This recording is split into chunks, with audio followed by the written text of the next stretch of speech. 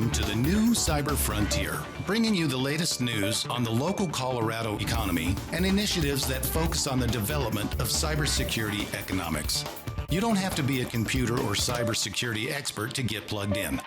Your host, Chris Gorog, brings it straightforward, asks the tough questions, and brings the cyber world to a level of understanding for everyone. Chris is personable and opens up with our guests on issues we all would like to see addressed. You can find us on the web at www.newcyberfrontier.com. Now join our host as he introduces the topic for today's new Cyber Frontier. And this is Abe Thompson coming to you on the new Cyber Frontier podcast here from the Secure Set Studios here in Colorado Springs. Today's podcast, I have the privilege of having Mr. Rick Ross with us, a CISSP cyber professional, background in strategic planning. Has a very varied career, and so I'm going to let him tell some of his story and share some of his heart here in cybersecurity. Good morning, Mr. Ross. How you doing? Good morning. Thanks for having me, Abe. It's a delight. So how'd you end up here? What are you up to these days, and what's next for you? Yeah, so the way I ended up here, like you said, I have a kind of varied career, so kind of an odd way of getting into cyber. I think I'm not unique into that, but I started out in the Air Force active duty as a space guy, and worked that for a lot of years, but got off active duty after 4 years.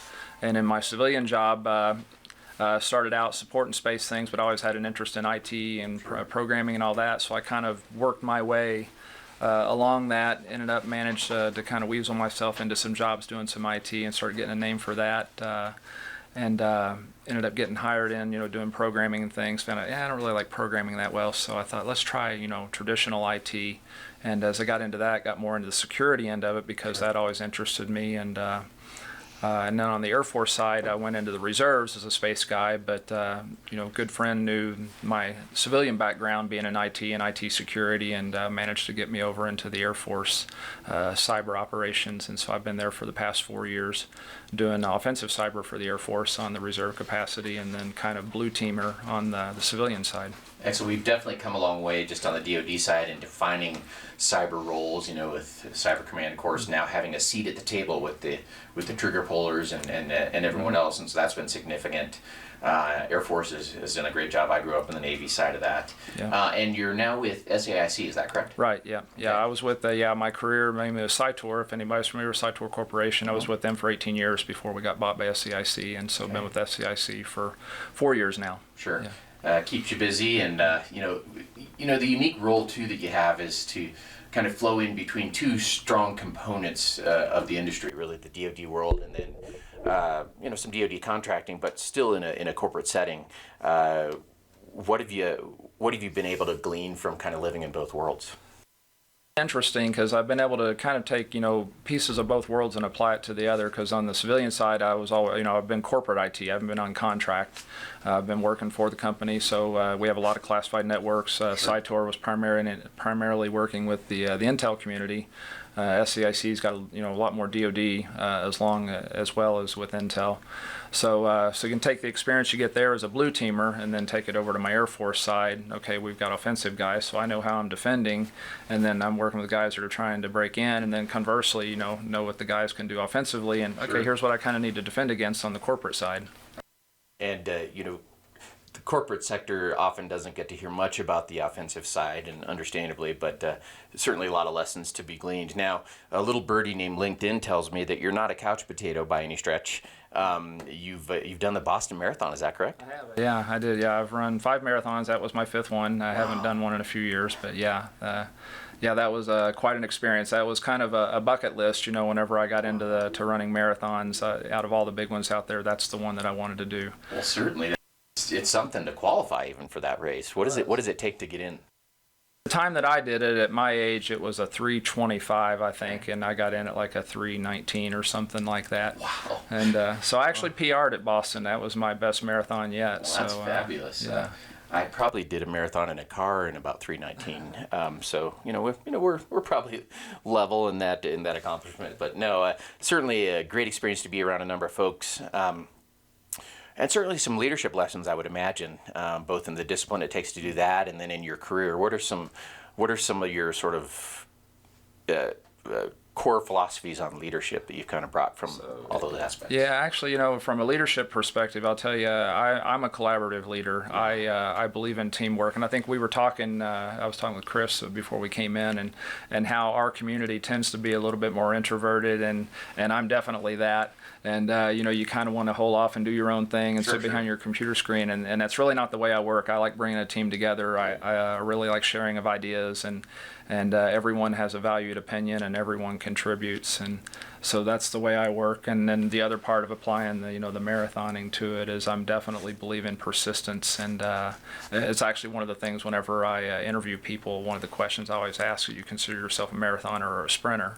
And they both bring value. I mean, as a marathoner, you're in it for the long haul. You're going to persist. No matter how bad it gets, you're going to dig through and you're going to finish it. As a sprinter, sometimes, especially in today's world, everybody's into agile, and so you've got to knock this out quick. So there's value to both. I'm more in favor of the slow and steady, and let's just knock this out. Two great pictures for sure in terms of leadership. Let's take a quick break and go to our sponsor. We'll be right back with the rest of today's show right after these brief messages from our sponsors. Cyber Resilience Institute helps build strong cyber communities designed to prevent members from attack. Like building a neighborhood watch, it takes coordination and a sharing community to protect our identities and valuables in the virtual world. Typically, we hear that organizations know they need to do something to protect their cyber assets, but don't know where to begin. Let Cyber Resilience Institute help your community create an action plan. Cyber Resilience Institute will build your community or business marketplace so that it is designed to support a collective cyber defense. Contact them for more information at cyberresilienceinstitute.org. And we're back with the new Cyber Frontier. This is Abe Thompson here at the Secure Set Studios here in Colorado Springs. I'm here with Mr. Rick Ross. Rick, you were talking a bit about how you've brought in lessons from both your military side and your marathon side, and you had started this really interesting discussion about distinctive lessons to learn from those fast twitch guys like me, the sprinters, and the distance runners. Pick up on that if you would. Yeah, sure. So, and I was thinking as you were saying that, part of the, because me being a marathoner and digging in, I've got that side too, with the sprinters where, sometimes you've just got to knock something out, especially in the DoD community, which I just came off of a little over 2 years on full-time military orders. And with the bureaucracies, nothing moves fast enough. And so you've got to apply that kind of sprinter mentality. Come on, guys, we got to move. Let's just knock this out. But at the same time, that's just one small piece, and there's a bigger picture that you have to kind of keep your eye on the end prize. For sure. And same way in marathon, you got surges. You got times where you kind of lay back, you're hurting a little bit, and then you recover and you push on again. I think the closest I can come to a marathon is one of my best buddies ran the 2004 Olympics in Athens, and that's quite a race, and he lent me some shoes, so I actually wear the shoes of a marathoner when I'm at the gym. But boy, his whole, when he kind of talks about his experiences, he was at West Point, he was actually, active duty, and he's now one of the Olympic coaches. He talks about that persistence and also that ability to finish strong. And so a lot of great lessons. And so that's really played into this diversity of career for you with Air Force and the reserves and even space and then cyber. And so pretty well-rounded. So what keeps you focused most significantly these days in your career? So right now, it's funny. I'm actually in a transition. Like I say, I just wrapped up at the end of March 2 years on full-time military orders. So I'm moving back into my civilian career, and which is a different focus because on the civilian side, you're not doing offensive cyber, and so I'm kind of getting my mind back into the defensive world. I'm right now as I'm waiting to find out where I'm going to land, I'm helping out with a lot of our security assessments because the company has, I think, probably 80-something different classified systems around the country. So so we're trying to get our hands around how we're going to keep ATOs going, how we're going to keep the right security postures and everything on that. So that's what I'm kind of helping out with right now, traveling around, taking a look at where they're at and how they're doing. And that would certainly lend itself to an understanding then of compliance and risk management framework. And for those of you on the civilian side out there, that approval to operate, certainly carries just as much credence for all of you out there, because there are compliance requirements. What is sort of what is this RMF discussion, and even the GDPR, if you've been exposed to it, what is this all done in the compliance realm? Yeah, fortunately, I don't have to deal with any European things, so no GDPR. Yeah. Yeah, but yeah, RMF, it's been around for a few years now, and I can't say I'm by any stretch an expert in it, Sure. but I think it's getting better, and it's definitely a move in the right direction, kind of more in continuous monitoring and things like that, and a good Sure. baseline. But I'm sure there's still more to do. You can always make something better, but RMF. It can create challenges. From what I'm seeing now, I think with people putting out good overlays, you can kind of knock out your packages and get your good baseline security down pretty easy. I think the big thing we need to do as a community is not rely on, hey, we've done our RMF package, we've got our ATO, we're compliant, hey, we're good to go, because one of the things I like to do is go to hacker cons and things like that, and one of the big buzzwords or catchphrases, compliance is not security, and I think we need to remember that. The bad thing when you're corporately, your IT staff and your security staff is usually pretty lean, so sometimes about all you can do is get that baseline security compliance in, stig something out, and sit back on that. But I don't think in today's world that just really doesn't work. That's not enough. It's never enough. So, I need to figure out how to take that to the next step and really look at a more holistic security posture for your different systems. Well, you mentioned continuous monitoring. That in itself, doesn't let you rest on your laurels. So what does that look like in terms of maybe a seed change in organizations? I think that what I'm seeing is I think that companies really need to invest a little bit more in their IT and security staff, because especially when you have a lot of classified systems that are generally standalone. You can't really support those. You definitely can't support them remotely. So that requires you, if they're geographically dispersed, you've got to have at least local, if not geographically local, support staff to take care of those, because if you've got to do it continuously, you've got to keep patches, AV, all your documentation, reports, and everything going. It used to be, years ago, you had an inspection coming up, and we were always good about keeping up with things, but you definitely spent the last month before an inspection. Okay, is everything running through checklists, and kind of like in the DoD side, before you have an ORI, everybody's cramming to get ready, and it's like, why aren't we ready all the time? Right. Well, and one of the things I became concerned about even back in the active duty days is when we started to decentralize IT support and in turn some of the security. It became you had to call out for it and wait for the guy to come. And as in the commander realm, when you're running your unit, you like somebody you can touch. Have you seen some of that decentralization occur on the cybersecurity side, or? So, it's funny. I've seen it both ways, because with Cytor, we were a smaller company, so sometimes it's a little easier, but it was a company that really took it seriously.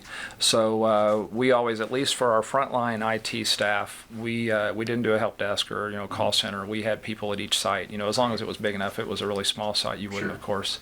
But we always had staff on site, security and IT.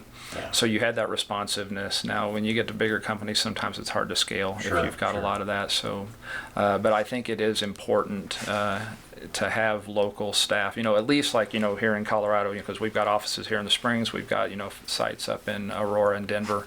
And you can have one or two people that can drive back and forth and keep things going, but you've got to have a local presence. That's my opinion, and I'm sure not any big company that thinks IT is a cost center might agree. Well, and I think even the big companies would agree. It's just the feasibility and then the scalability, like you were saying. But one of the things that's often forgotten about our industry is the human component.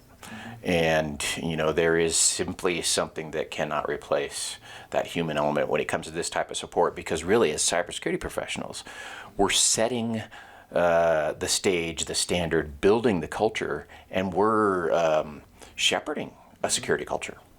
When I train our students here at SecureSet, one of the things we focus on is being those that influence and establish a security culture in the organization. Whether it's getting rid of those, yellow stickies with passwords on your forehead, or all the abundance of other things that we see, for sure. The guys on site, you develop a relationship with your customers. And so they're more likely to come to you if they have an issue or they have a question. They're not going to try to go do it on their own because they know they've got somebody there that's going to be responsive and help them out. When we look at what's emerging in the cybersecurity industry, like with blockchain and some other things, really at a core, one of the fundamental concepts here is trust.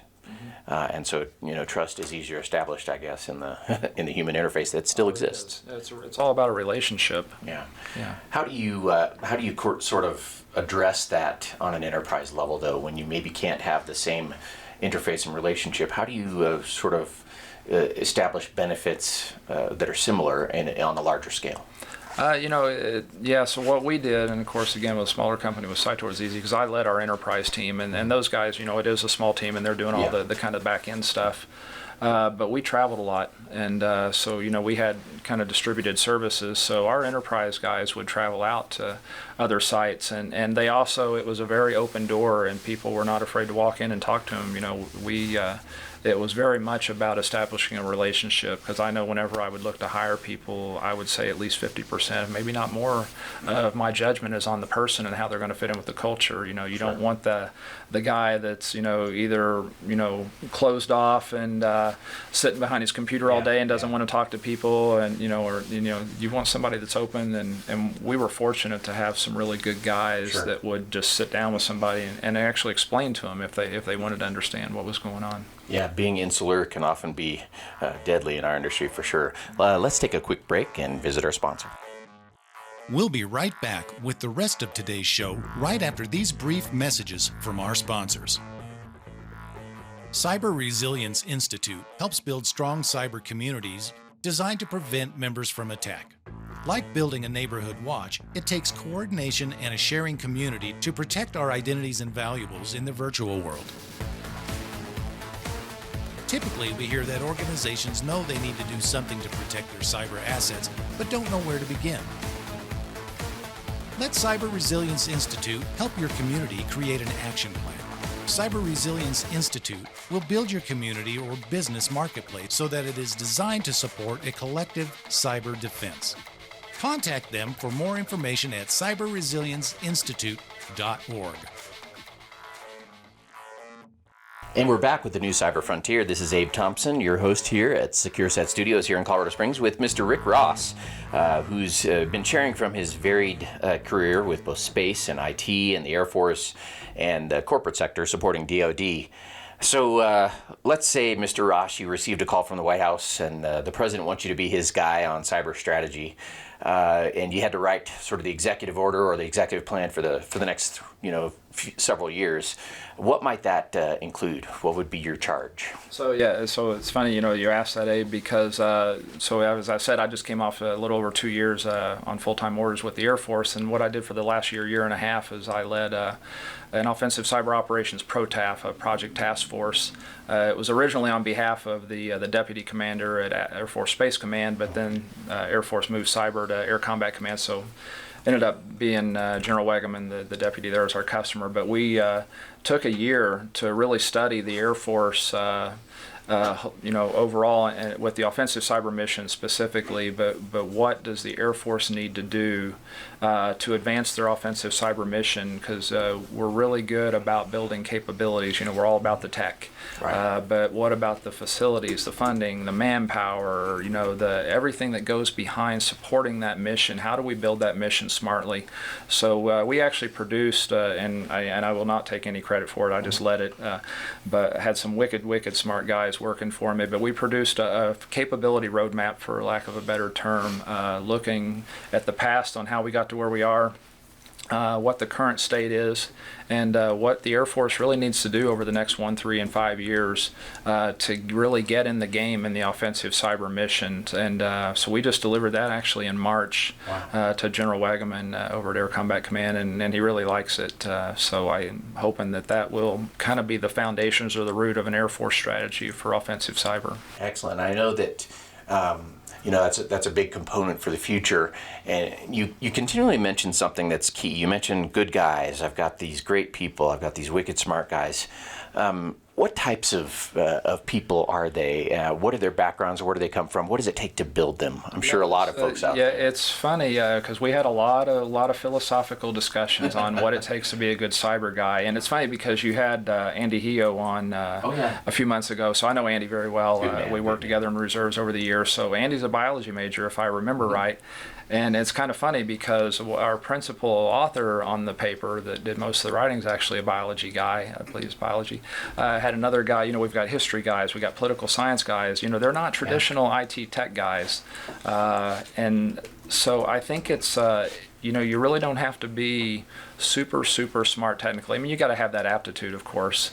But if you look at like what Andy's point was, and also the guys on my team, a biology major, when you're looking at interactions of organisms and things like that, that really is what you're doing in a global network. So it really is, I think, the person. And fortunately, I've got guys that are just really just strategic thinkers. I mean, that they can take a big picture and conceptualize it and everything. And then we had other guys that are just really smart with the details. So we had a very complementary team. I was unbelievable. I was just awed to work with them day to day. That's fantastic capture. I mean, one of the big things that I hear coming out of that is it's not one dimensional anymore.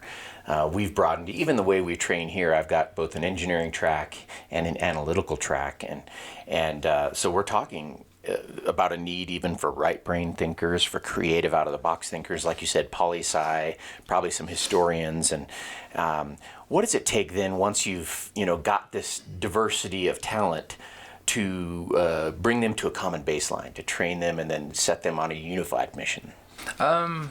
So I think, the Air Force is really good about that. They've got common training pipelines on doing that. But I really think in our industry, doing certifications are more important than degrees, I think. Doing your Security Plus and your CISIPs, your CEH, those kind of, and for me personally, what I like to do, I do a lot of online training. I go I try to go at least to, there was a HackerCon called DerbyCon back in Louisville, Kentucky. Unfortunately, this is the last year they'll be doing that.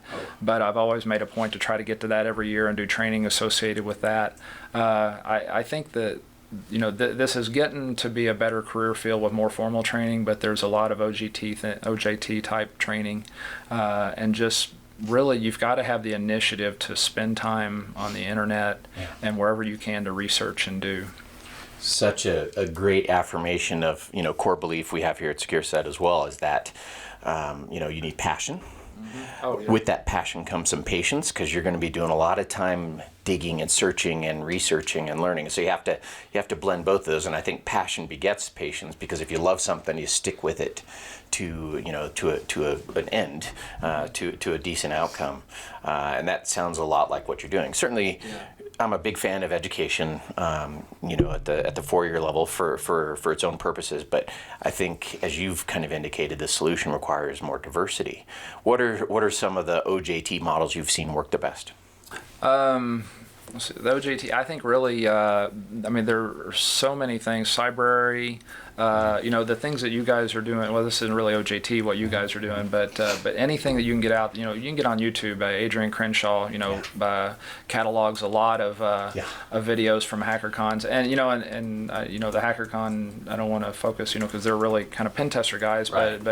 But I always looked at that with me. I'm not a pen tester, don't really think that I would be very good at that, but I always looked at, as I'm a blue teamer, and I need to know what they're doing, so I can defend against it. And I will say that most of the conferences anymore are going to a really red team, blue team mix, where the guys are there to educate, and to help you understand that if you're defending, here's what I can do, here's what I'm looking for when I'm trying to break in. It's a great community, very open and very sharing, and unlike others, I think that the guys really love to show what they know.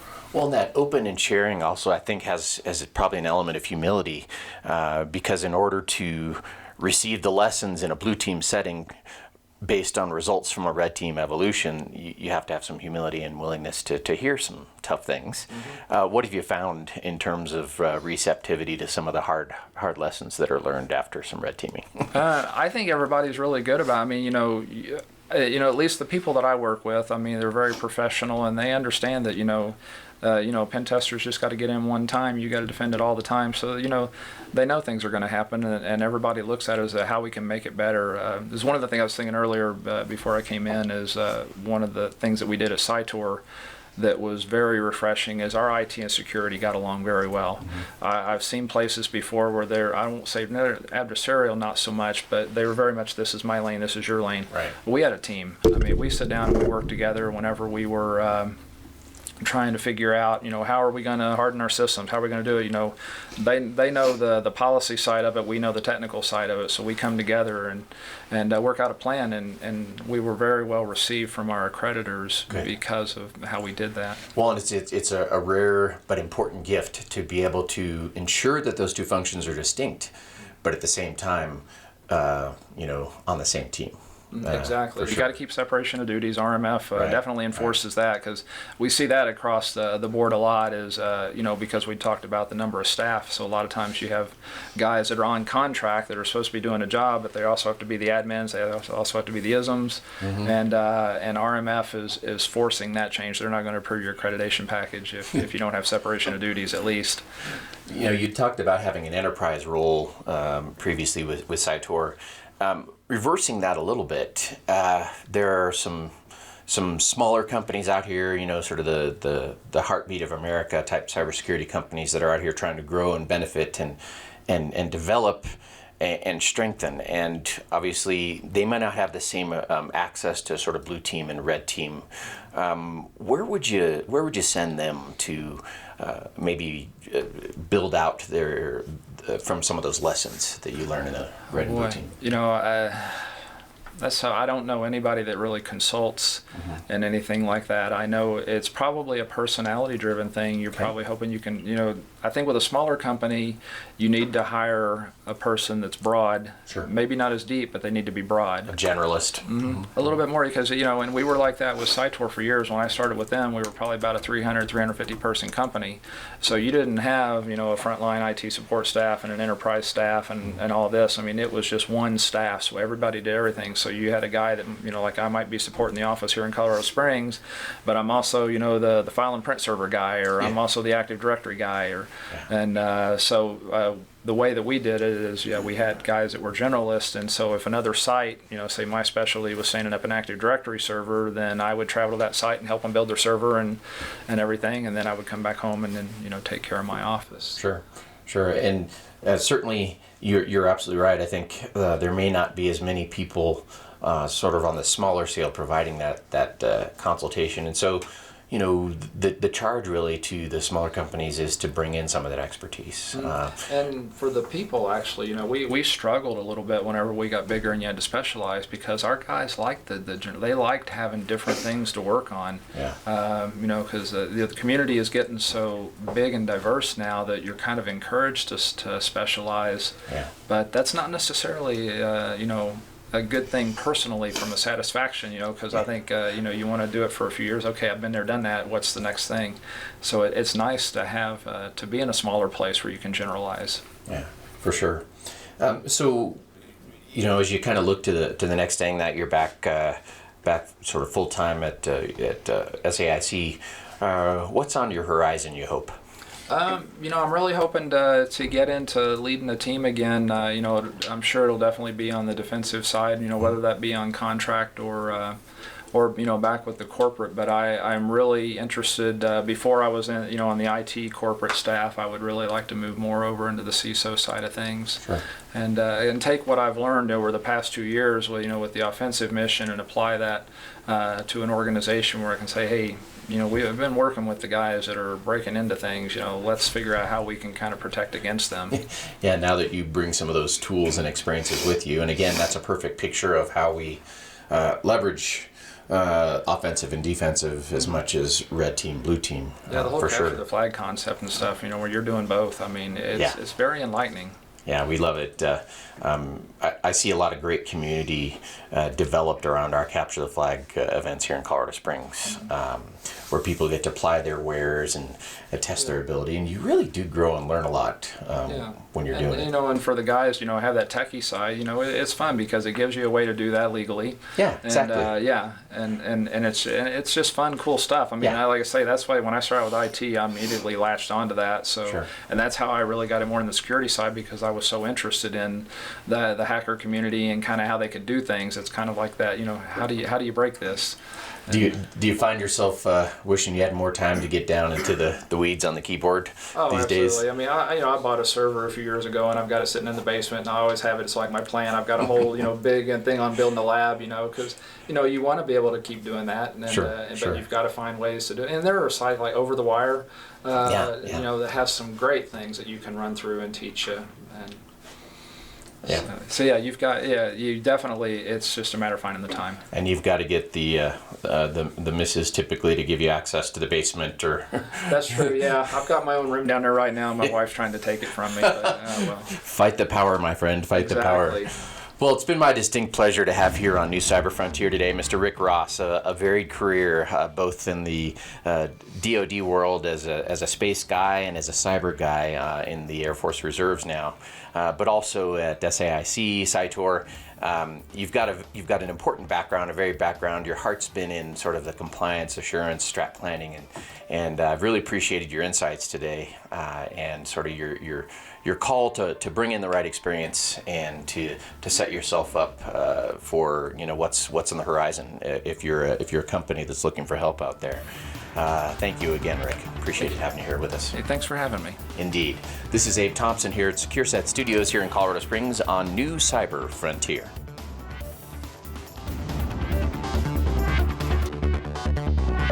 We hope you have enjoyed this episode of New Cyber Frontier. Remember to get involved. Often we think that someone else will handle privacy and security in the virtual world, but you are the only one truly in command of your virtual fate. Join our mailing list so we can keep you informed of breaking news and new releases. If you have an idea, if you have a question that you would like to hear answered, or if you want to get involved with our efforts, reach out to us at newcyberfrontier.com. We also encourage you to visit our sponsors' links, as they are the ones that really make this show possible.